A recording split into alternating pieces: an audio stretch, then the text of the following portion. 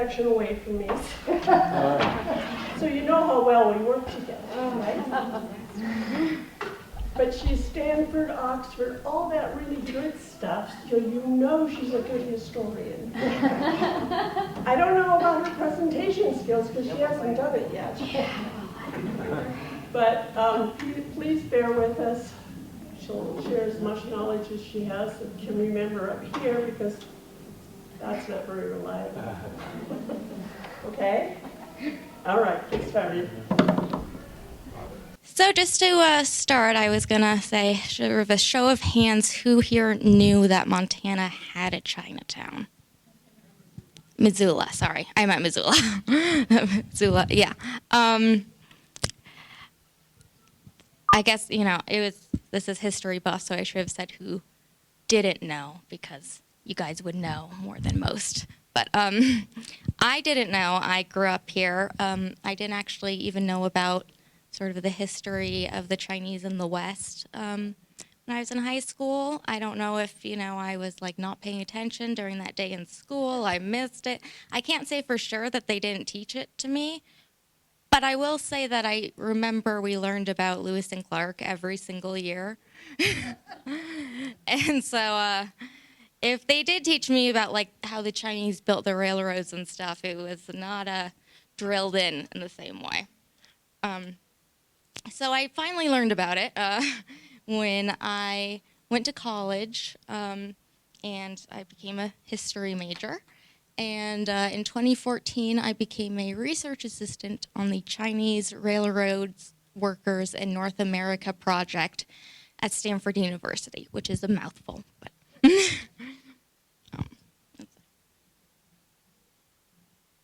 so this project is an ongoing collaborative thing that happened between 2012 and 2020. As you can see there, it's the sort of mission statement was to give a voice to the Chinese migrants whose labor on the Transcontinental Railroad helped to shape the physical and social landscape of the American West. And this was particularly relevant to be happening at Stanford because Stanford's history is very interconnected with that.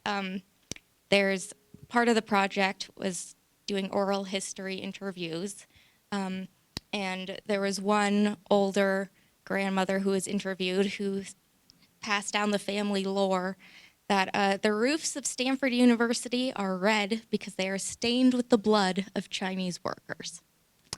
And Leland Stanford Sr., who is not actually the namesake of the school, common misconception, but he was the most prominent of the big four businessmen who were behind the building of the Transcontinental Railroad and was really instrumental in bringing over Chinese labor.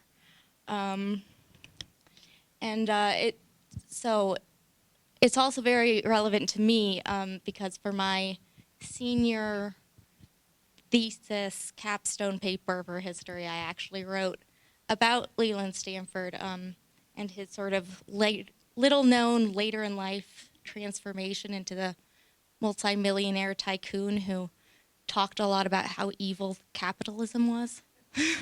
So that's another story, but it's a fun one. Anyway, so the research project sort of involves some classic, traditional archival research,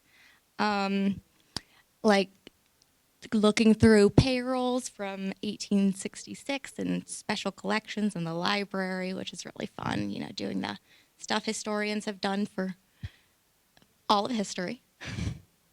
But it is also a very kind of cutting edge, because we were based out of the Center for Spatial and Textual Analysis, which is digital humanities. It's all about sort of integrating, seeing how we can use technology to better study the humanities, creating interactive maps and things like that. We had a 3D printer, which isn't that exciting now, but in 2014 I'd never seen one. And so we built like a little 3D printed train, and that was pretty cool. Oh, wait, don't do that again. Most of my work was on assembling an annotated bibliography, which is a lot about reading and analyzing sources for researchers, books and articles, sort of summarizing the contents, indicating where they might, how they might be useful to people. You could see at the bottom there, I did some editorializing at some points at the sort of my last note there. This was just sort of my note-taking process, and it sometimes included just how I felt about it. Also, all those caps, more terrible specific incidents of violence and horror. This is so depressing, OMG, why? So then I put it into something a bit more presentable, and shared this and just sort of had a list of all these sources for the project research team to take advantage of. There I am with some other research assistants. We did a field trip to the Railroad Museum in Sacramento. And then I found this is like my Paulette, I found my bio, although this is one that I wrote like 10 years ago. And it just, as I was starting to do this research, I found this and saw that you could see I bolded it there, that I hope I might eventually apply what I learned to covering similarly lost history in our home state of Montana. And I totally forgot that I apparently intended to do that, but I guess I did it. So I guess in terms of the Chinese in Montana question, it's like, why isn't the story more widely known? It was mentioned constantly in newspapers of the time, including the very first issue of what would become the Missoulian, which we'll get to later. Butte and Helena, especially at the time, were very cosmopolitan cities. Railroad towns, mining towns really just attracted people from all sorts of different people. They used to say that in Helena you could hear 20 different languages in the streets in its early days. All of which I think really kind of subverts our common idea of like what the Old West looked like through Hollywood and stuff, that from the beginning there were large populations of non-white, Chinese, African American, etc. people. So this is a mural by James Todd done for the bicentennial. He's a professor at the University of Montana. It's called A Buried History. And you can see at the top, it's sort of just like a landscape of, what he just saw looking across Montana. And underneath is all the history that kind of went to get there. So you can see on the railroad tracks, there's a Chinese worker. You can see, of course, the Native Americans. You can see one of the infantry riders from the fort, the black infantrymen. This is a map that shows the population in Montana of every place in Montana where there were at least 10 or more Chinese residents. And each of these is according to when it was at its peak. So Butte, that's about 900 in the year 1880, I believe. Missoula is a little underrepresented because the census records for 1890 burned up in a fire. So it's got only 84, but we know that there were 400 or so in the county around 1890. And this was also the time when Missoula was switching as a county from one that was primarily rural to one that was more urban. So we had the third biggest Chinese population after Butte and Helena. Anyway, so part of the reason that a lot of people don't know this is just a lack of continuity in that as the 20th century progressed, Black, Chinese, and Japanese population shrank because of varying factors, including deliberate, organized campaigns to push them out in some cases. And local history really depends a lot on people just sort of like researching their ancestors or hearing family lore passed down. And, to do that, you have to have descendants that stay in the area. So for those populations that are part of Missoula's history, but who don't necessarily have living descendants who have sort of continued to live in Missoula over the decades, their stories have really been forgotten. If any of you were at the great talk that Christiana from Fort Missoula did for Black History Month about the Bicycle Corps, she sort of mentioned similar issues. There's another group that at the time was really integrated with the community, was really part of the community, but because of how things worked out, they eventually moved on. There weren't lots of them starting families there. And so we also have a real lack of primary sources, things that are actually from the perspectives of these people. I know that when I was on the project, it was kind of our holy grail is looking for some documentation, some words or expression, anything from an actual worker on the railroad. I don't know. I tried to find out if they ever found something like that. We definitely got some words from Chinese in Montana, but I don't know if we ever found one that's specifically somebody who had worked on the railroads. Sorry. So another issue is kind of just the ongoing prejudice in the telling of Montana's history. This is a dissertation from 1958, and you could see progress being made. This is somebody who wanted to do a study on, different racial discrimination in Missoula, which hadn't been done before.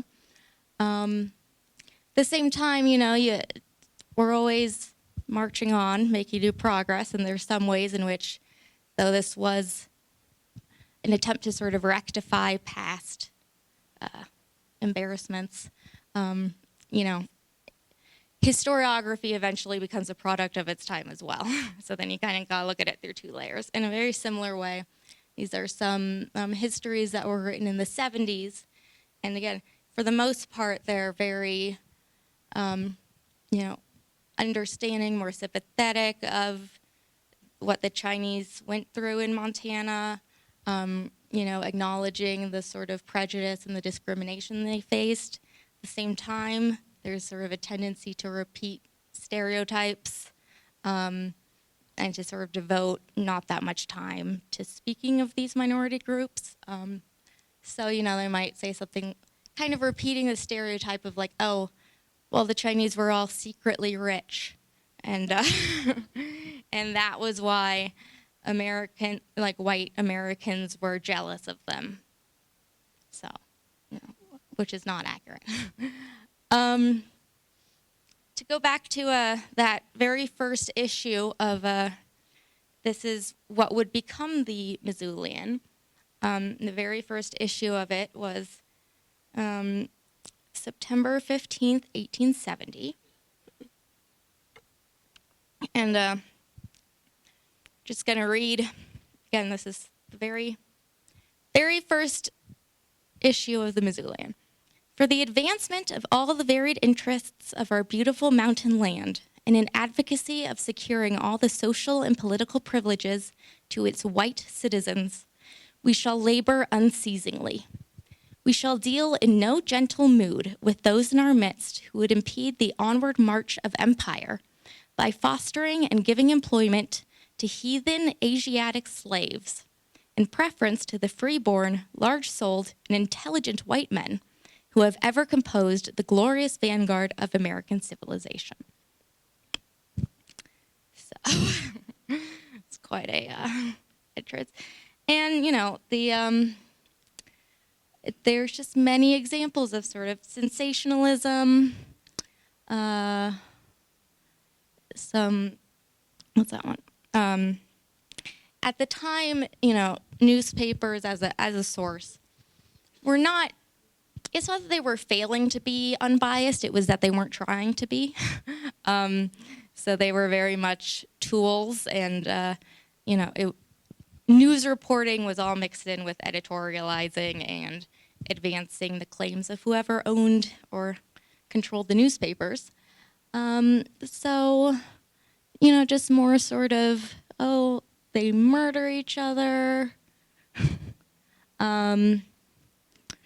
This one, should it, and again, this is just part of a news article, not like an op-ed or anything, but, you know, it's a story of basically a Chinese man had accused a white man of assaulting him, and the court found in the Chinese man's favor, and this was the Missoulian's commentary on it. Should a Chinaman be believed under oath? We say no, and anyone who will study the Chinese character must arrive at the conclusion that he has no conception of right or wrong, believes it is a duty he owes his race to lie on and about white people. His sole ideas of justice are narrowed to benefits that they may be gained for himself or his race. And, you know, it just goes on like that. So it's tough when we're researching, trying to get the stories of these people, because obviously we've got very biased sources that only tell you part of the story. And even sort of those who are on, for the time, a more progressive lens. Jacob Riis, who famously did How the Other Half Lives, and was bringing attention to the plights of everyone in the tenements, and this is in New York, and Chinatown, and all the slums and everything. And he's still his, you know, his commentary was very much like, well, I don't like them. I wish I did. But it's, so even sort of from the friends of this population, it was kind of not the greatest friendship. I also often just didn't, this is local, if any of you have heard of, been to Cranky Sam's. It's named after a Chinese resident from the turn of the century, Missoula. And here's his death announcement. As you can see, Cranky Sam, nobody knows his ancestral name. So that's another thing, is that there really wasn't much of an attempt to accurately document people's ancestral names. A lot of times they just sort of, you know, people found them hard to pronounce or whatever, so they just called them Sam or Charlie or John or whatever. Here, it's like they don't even, at the very top, they have Ah Yam, his name, and then down there they spell it Ah Jam. It's like no consistency. Also, that Ah was just like a sort of less respectful Mister, so it's not really doesn't give us much. Here are some of the slides that would have been great if they had survived. So basically, I think the idea here was, when did Chinese people appear, like, in the newspapers? Like, what were the situations in which they would get mentioned? So there was a lot to do with the Chinese Exclusion Act, which, again, I would show you images, imagine images, that there was a Chinese Exclusion Act passed in 1882, and it was the first sort of thing that set limitations on who could immigrate to the U.S., specifically Chinese people, put quotas, put certain, like, you have to be a certain level of wealthy and educated, you know, and really restricted, like, women from coming over. So, you know, already there was an imbalance because of, the whole West had a lot of single male people working on the mines and on the railroads and stuff. And in this case, that Exclusion Act prohibited anyone who wasn't, any single woman from coming over. And so and that act expired after 10 years and then was up for debate again and then got renewed. And so basically every 10 years, it would pop up in a lot of editorializing, a lot of people talking about all the reasons that we need to exclude the Chinese, shut the door, don't let them in, kick out the ones we already have, all of that. And so, Chinatown, which would maybe get a mention here and there in the newspapers around the times that these were up for debate, was suddenly getting a bazillion articles and political cartoons, all of that.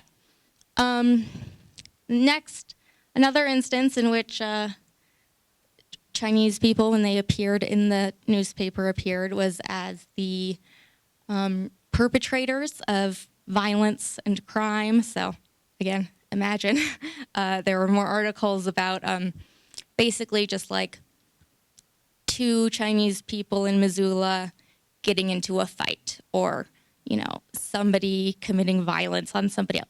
Infighting within the group, the idea of them being lawless and immoral and all that stuff.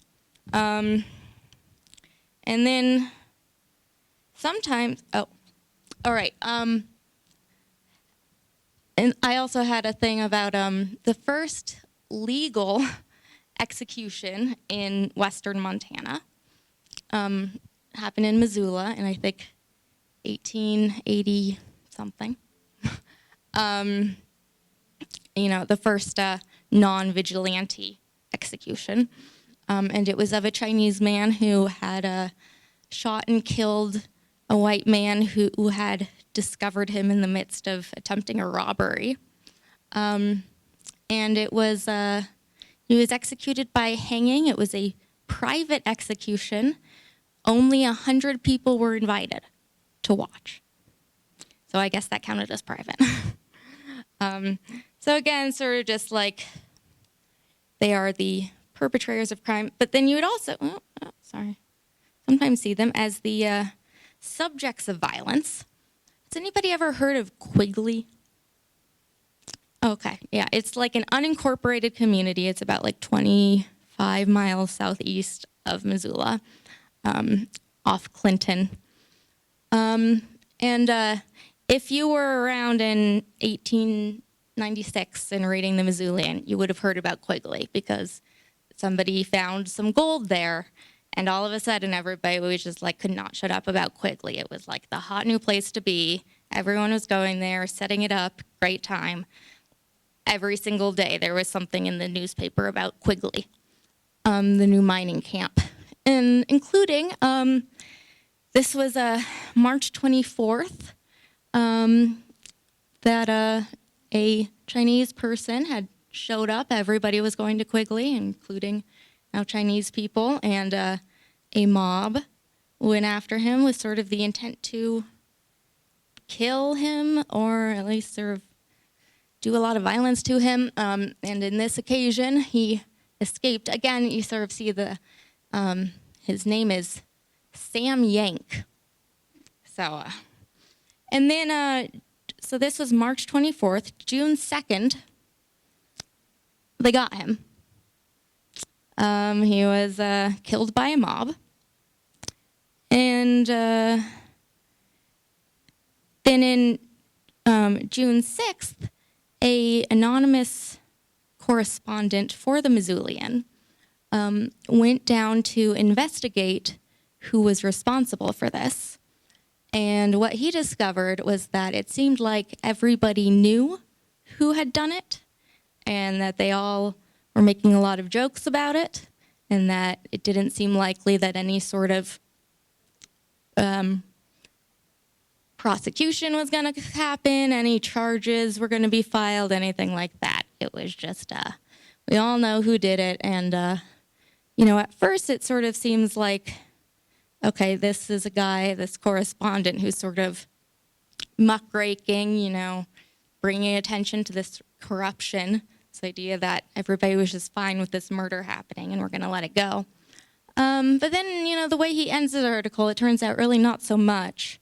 Perhaps a Chinaman is like an Indian, no good until he is dead. Taking that view of the case, Yank is real good now. Another view of the case is that out of evil, good sometimes comes. If Quigley is shunned hereafter by the Mongol horde, maybe those who offered up Yank as a vicarious sacrifice did much for the working man. So again, this idea of the labor unions really directing all of their animosity toward the Chinese out of thoughts that they're competition. So in Missoula, we had these all over the West and in other cities in Montana, riots and violence and that sort of thing. In Missoula, it didn't get as violent, but, we certainly had our incidences. So this was in Missoula, a report about some Chinese citizens being assailed, set upon, and beaten up. And then, of course, you've got the reaction of it. So at the same time this was happening, coincidentally, the Working Man's Union was organizing a boycott of Chinese businesses.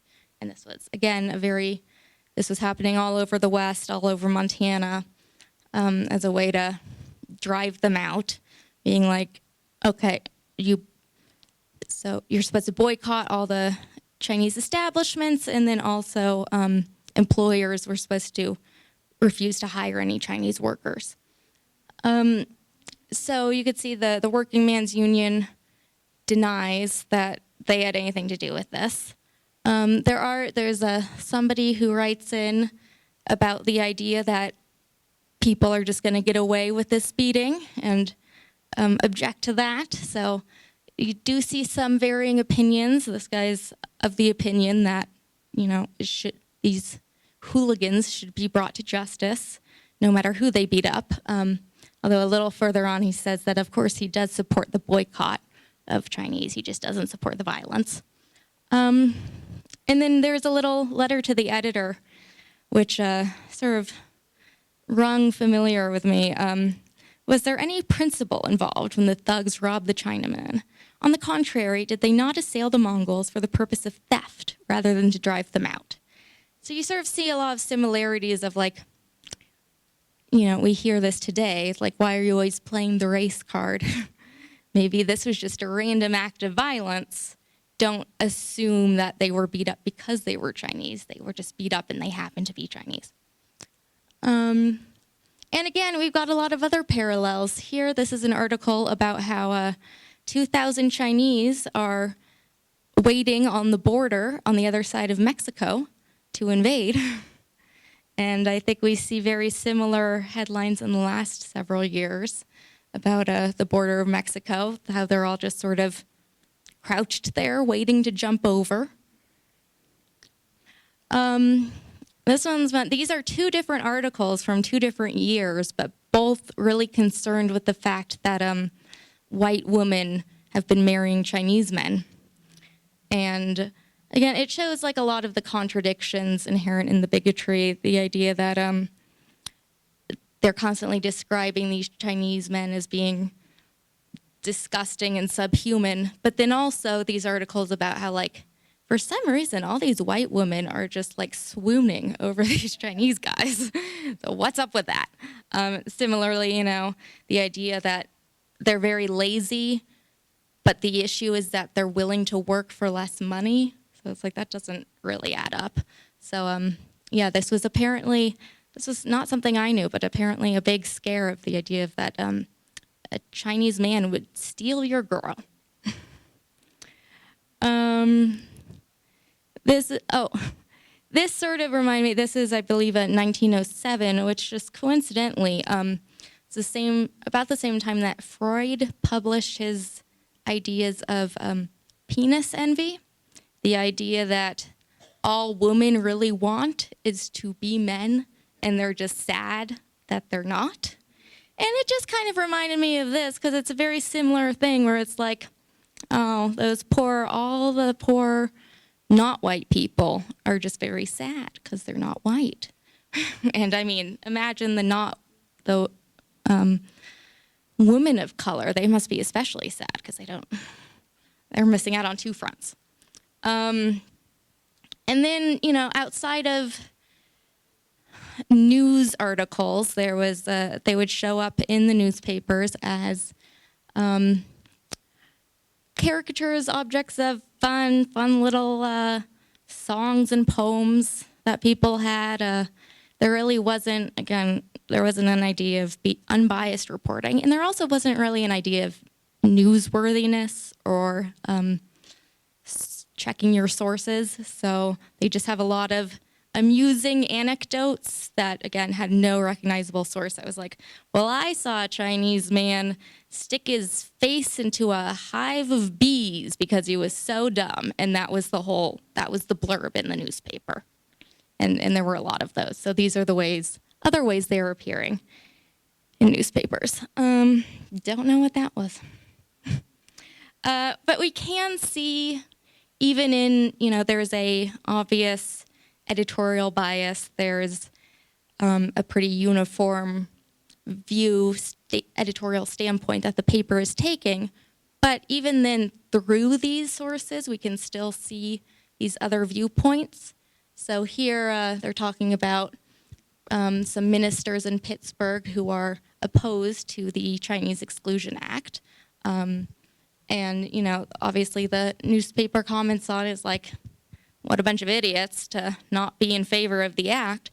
But it allows us to see that there were people standing up against it. And similarly, also from those same articles about how all the Chinese men were stealing the white women, you actually get some really sweet little things about these couples.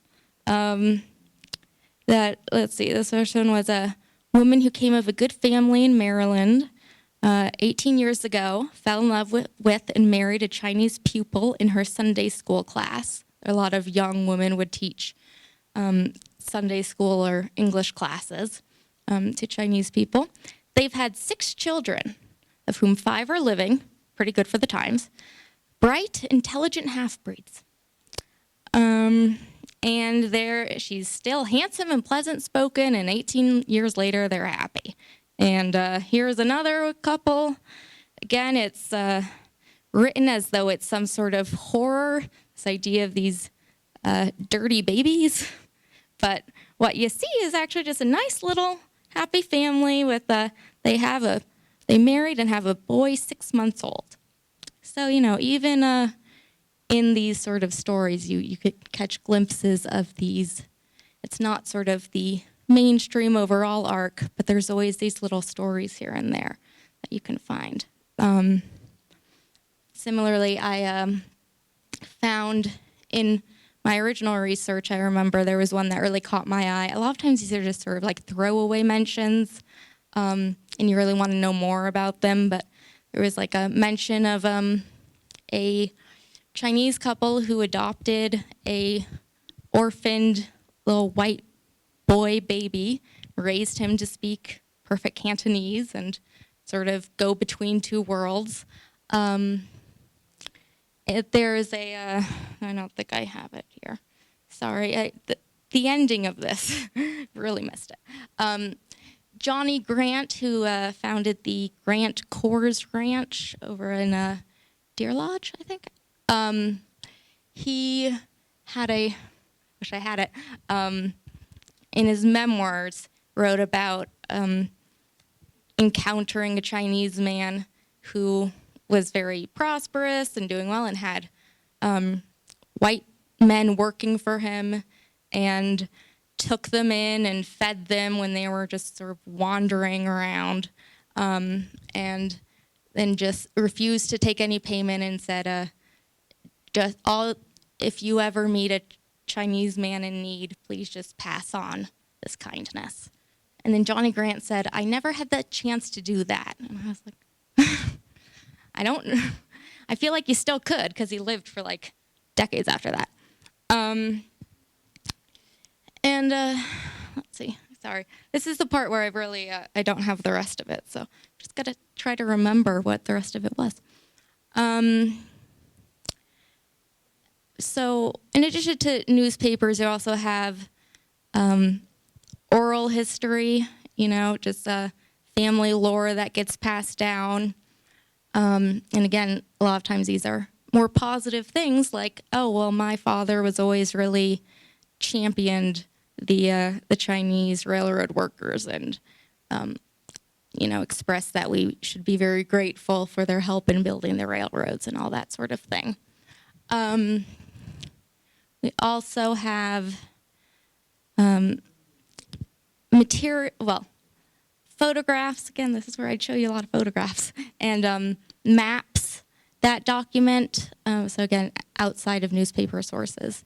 Missoula's Chinatown, so maps from 1884 that show, I could show you at least, they've got maybe. Where'd it go? Oh, there it is. Okay. This is from 1884, bird's eye view map of Missoula. And if we go in, first of all, this is us, where we are right now. I don't know, can you see my mouse? No, I guess not. Okay. But this is where we are, right in here, between Main and Front and Jefferson and Adams. So as you can see, it's looks a bit different now, but that's where we are. And if you go this way, so West Front Street, this was really the main thoroughfare through town. The main crossing was Front and Higgins. And this was sort of, at this corner were the last respectable buildings in town. And then you go into West Front Street, where it was the red light district and Chinatown. And that was all of this. So one of these spots is where Cranky Sam's is now, which used to be an empty lot next to, what is now Biga Pizza was once a Chinese temple. And so when they did a excavation of the property a few years ago to build what is now Cranky Sam's, they brought over some archaeologists from the university, and they discovered a lot of great finds of just artifacts from Chinatown at the time, pot shards and medicine bottles and some graffiti, some banners celebrating the Chinese New Year. And that was also, I had some evidence, some articles that were a little more, well, if not complimentary, less insulting, more sort of focused on educating people. So, they had one about opium, what is an opium addiction, which, kind of ironic that they really criticized a lot of the Chinese people for their supposed opium addictions, considering how that historically all came about. But then they'd also have some articles that were just like about the Chinese New Year and what is it and how they celebrate it, and things that are a little bit more about just sort of explaining their beliefs. And some articles too that were great about funerals, Chinese funerals that the whole city turned out for. It was like this grand affair down, and it said representatives from Asia and Europe and Africa were all in attendance, and the whole population of Missoula came together for this funeral of a Chinese man. So again, you see here and there the senses of community and the sort of nuanced idea that it was never all just one thing, even if there was a general trend. Yeah, so those recent archaeological finds are very exciting because those are some more recent things. We also, of course, have some, the Montana Historical Society has had a great little exhibit, which I wish I had pictures of some artifacts that we do have. One of them was a embroidered purse, and within the purse was a letter from 1892, I want to say, that was written from a man in China, and he wrote it to his brother who was in Montana. And basically the gist of the letter was just, don't worry about making too much money, getting rich or whatever. Just make enough money to buy a ticket home so that mom can stop worrying. So those little human things that you find. There's also the Montana Historical Society has a beautifully preserved Chinese altar from one of the temple houses, and that one was, I think, from Butte, where they finally tore down the temple in the 30s, and a local high school drama teacher took the altar to use as a theatrical prop, and then eventually donated it to the Historical Society, where it was restored and is now communicating that history. So, we're still finding things, and there's we have sources. I know this is very focused on the newspapers because it was an earlier. There were other sources. And just that it's an ongoing process of finding these stories and bringing them to light again. And there's a burial ground. I realized in the process of researching this that I live just like a couple blocks away. I live in the Lower Rattlesnake. And in the old Prescott School, which is no longer an operating school, but apparently that was formerly a Chinese burial ground. And I just, walked around there a lot, never knew that history was literally right under your feet because they just built over the grave sites. And I originally had some stuff here about how the Chinese Exclusion Act was 1882, and in 1883, Emma Lazarus wrote a famous poem, The New Colossus, intended to raise funds for the Statue of Liberty, which initially wasn't intended to have anything to do with immigration. It was just like a statue about how great America is and how much we love liberty and stuff. But the fact that it was situated at the entrance to the harbor during these waves of immigration made it so that it became a symbol for a lot of people as like the first thing they saw. And Emma Lazarus wrote a poem that really sort of cemented that connection about Lady Liberty as an icon of welcome. I give me you're tired, you're hungry, you're poor. I lift my lamp beside the golden door. And again, just sort of the ironic juxtaposition of that happening at the same time as they were passing these exclusion laws, which, they all had fun, catchy logos, in which is the one, because they kept getting more, every time they were renewed, they'd get like stricter. And so the strictest version was passed in 1924, which was just no immigration from Asia. Anyone from Asia cannot come here to this country at all. And the slogan for that bill, as it was passing through Congress, was "Close the door." So, just kind of spitting in Lady Liberty's face there. But I had a fun little quote about just the importance of reflecting on Montana's past in order to envision a brighter future for Montana.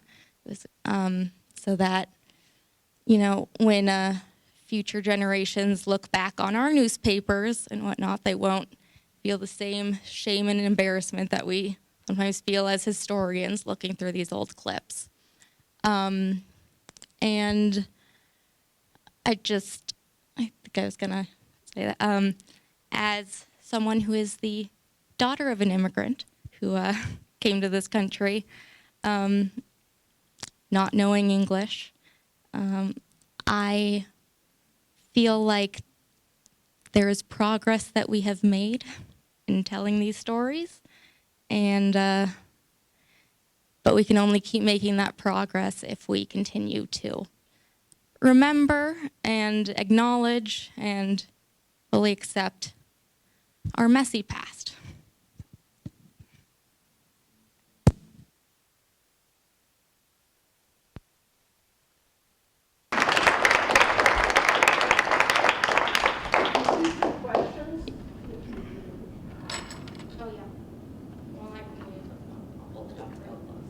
We have some questions tonight. Yes. You said that the unsavory part of Chinatown was west of Front Street, where Crazy Sam's and stuff are at. So that would be west of Orange Street? So it was How much of that area? basically the like really concentrated Chinese town was not that large. It was really between Higgins and then where Main and Front Street come together. And again, that was like kind of like the last block was really Chinatown, and then the block before that was kind of a little more like everyone's, you know, red light district from all walks of life. At the same time, you had not all the Chinese people who lived in Missoula lived in that one block. There were some elsewhere, some who, you know, for whatever reason, sort of were more successful in making friends with the majority population, and were, you know, there's always that like exception, like, oh, I want all the Chinese people to leave, but except for this guy, because this guy is the good one and he's my friend.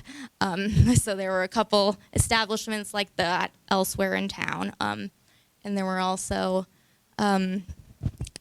a lot of them lived, you know, more out in the rural areas. And then, let's see, where is this island, which used to be under Higgins Bridge, now no longer exists, was called Parker's Island, and that was a place where a lot of Chinese and also Native Americans lived. It was the site of the first slum in Missoula, or people who, when Missoula was still Hellgate, had lived there, and then they encamped their settlement to this island in the middle of the Clark Fork, which was eventually filled in.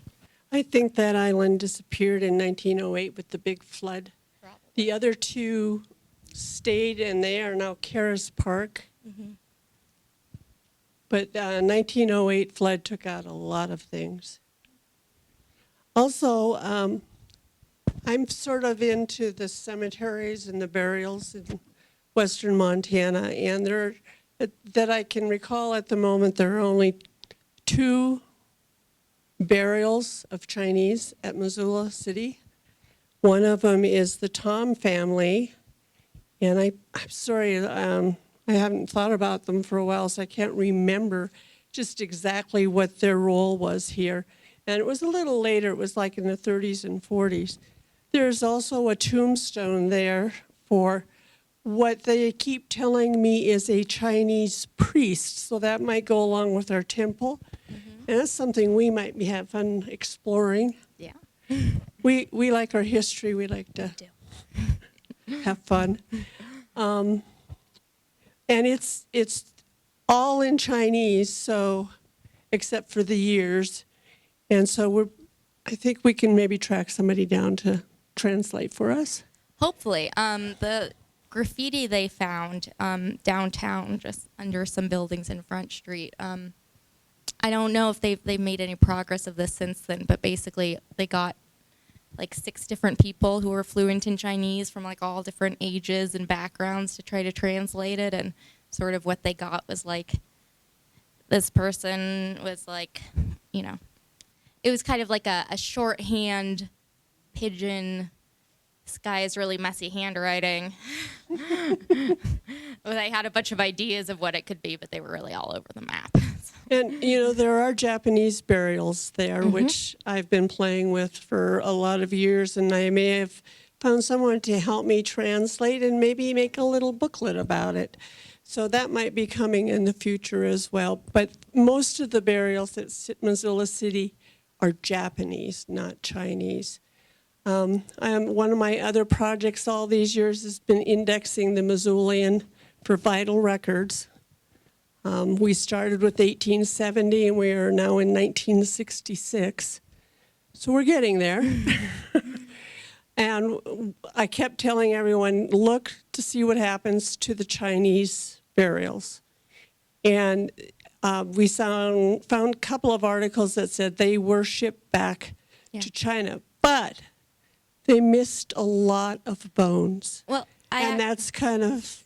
I actually had, again, in the more complete version of my presentation, some articles that actually explained why, well, there was first the articles about how the process of, this belief that the only way their spirits could be at rest is to be if their bodies were taken back to their native land, and the whole process of this, and it was very... the labor contracting companies that had brought them over in the first place were responsible for about a timeline of 3 years, because that's a good amount of time for all it to just be bones left. And then they dig them up and they put them in these specialized boxes and ship them back on the next train to China. But then there was also articles about how one Chinese person whose death was reported in the Missoulian was not a member of one of these companies where it's like, okay, you're going to come and get my bones. So those graves just stayed there because he wasn't part of that agreement.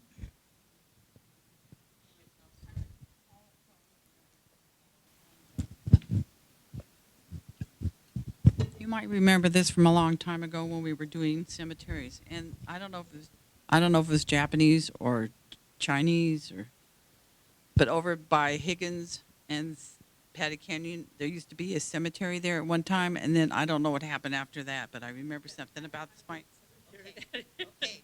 Now y'all remember. I think the name was Macaulay, and it was the late 1880s. There was a scarlet fever epidemic, and 2 adults and 4 children were buried there.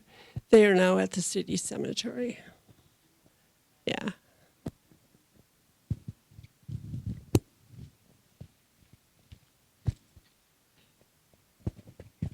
Hi, I just kind of had a comment. When I was in college here, oh God, when was that? Like in the 80s? My degree, well, at that time I was in forensics, and up the Rattlesnake, as you're talking about, a lot of people were digging basements because the houses that were built were made for the returning soldiers, and they thought eventually that they would be just torn down and bigger houses would be built, but those houses remained. People had forgotten that they were built on these, what they thought were empty lots, and really it was these mass graves. And when I say mass graves, they were graveyards for people who were from the mental hospital, that were buried Native Americans, transients, Chinese that fell into the category that you were speaking, that weren't maybe involved in a contract or had missed the contracts, that they hadn't taken, or that the contracts hadn't been fulfilled, for example. And so, or very, very poor people. So the basements were being built and these bones were being dug up, and all of a sudden people were wondering why were all these bones, and for a minute they thought they were the serial killer, but then they realized the bones were too old. So I was part of the forensic anthropology team, and we were getting boxes of bones and having to assess them. And I mean, I think I did a set of bones that was a young lady and a 2-year-old child, and so you were just getting this hodgepodge. So, and then we got another box, and it was bobcat.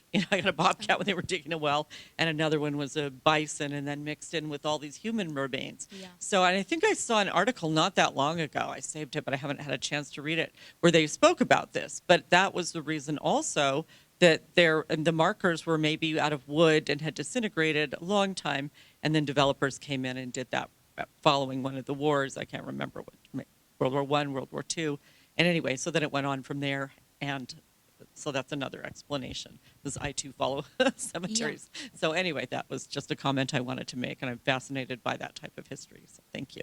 Yeah, no, it's there were a lot of, in Missoula's early years before they had established cemeteries, people were just burying people wherever on their own property, and but there are a lot of burial sites up the Rattlesnake. There's also the one that Rattlesnake School is where there used to be the poorhouse and the pest house, and people who died there were just buried on the site. And again, there was a lot of overlap. So sometimes the people in the poorhouse or the pest house, which was like an annex of the poorhouse, were Chinese. And again, there were all these sort of secondary burial sites. I found mentions of one off Poplar and Cherry and just kind of all over. And then you do also have some oral history that, some school kids interviewed some older residents of Rattlesnake and told stories about like, oh, we were just playing in the lot next door, and then, my foot slipped into this hole and there was a skull there. So.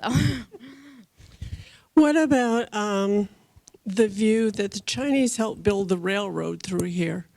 Did that give them any plus in the reality of life at all?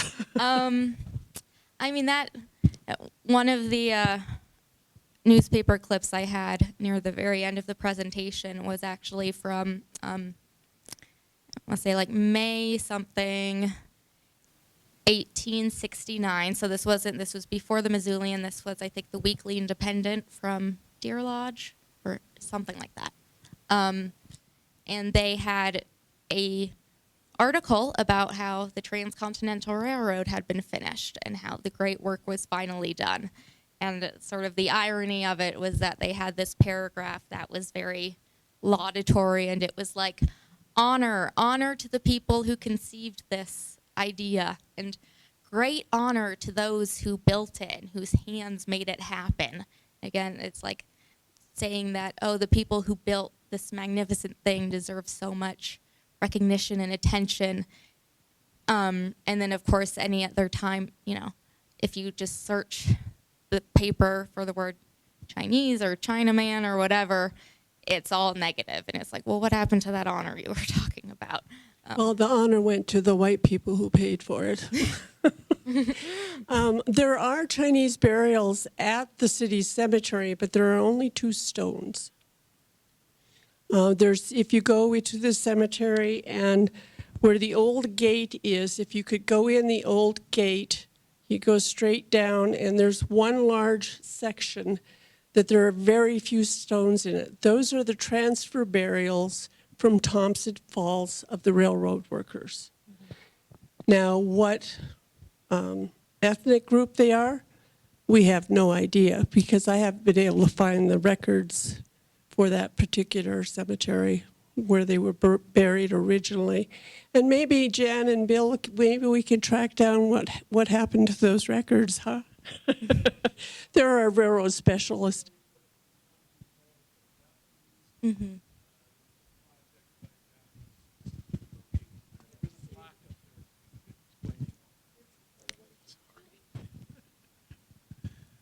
Most of the bodies in Thompson Falls are Japanese, and they were taken and assembled there for a variety of reasons, and there's a plaque up there that explains all that and why they're there. There was a real attempt by Japanese natives to come here and track down some of their relatives and things many years ago, and that's where that happened. Maria, just one comment, not to take away anything from the presentation, but I would just like to say that the Missoulian was an equal opportunity hater. And if you read early issues, they have choice things to say about any ethnic group that's a new migrant to Missoula, and it's era-specific. Chinese were some of the first, but by 1905 it's Italians, and later on it's Greeks, and later on it's Montagnards, and ultimately a few years ago it was the Laotians that came here that some things were said about. So I wouldn't necessarily take the Missoulian as the barometer of the public opinion about immigrants. Everybody in this room, unless you're 100% Native American, is an immigrant from somewhere.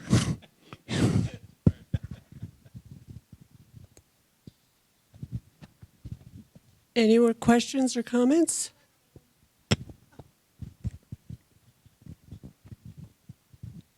This is pretty off topic. It has nothing to do with Chinese. But when you look on that map, you're looking at Main Street there where it goes into front, and then go up one street. And you're seeing, over to your left. And you're seeing one, go up that street.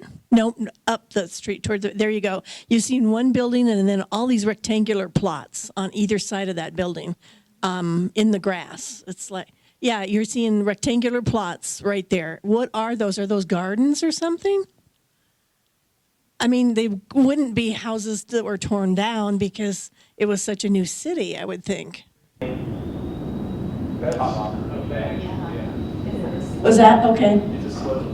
There's a slip. If you look at the bottom of the picture where it goes into the river, you see the same treatment. Right, okay, got it. And these artists, this is before the airplane, they never actually got up there to see this. They had to do it in their imagination. Okay. And they took some liberty. Thank you. Anything else? Okay, join us next month in June for the Civilian Conservation Corps through Fort Missoula. Thank you for coming. Yes, the email will go out. Oh, email list, I'll get you one. Don't leave, you cannot leave. Thank you.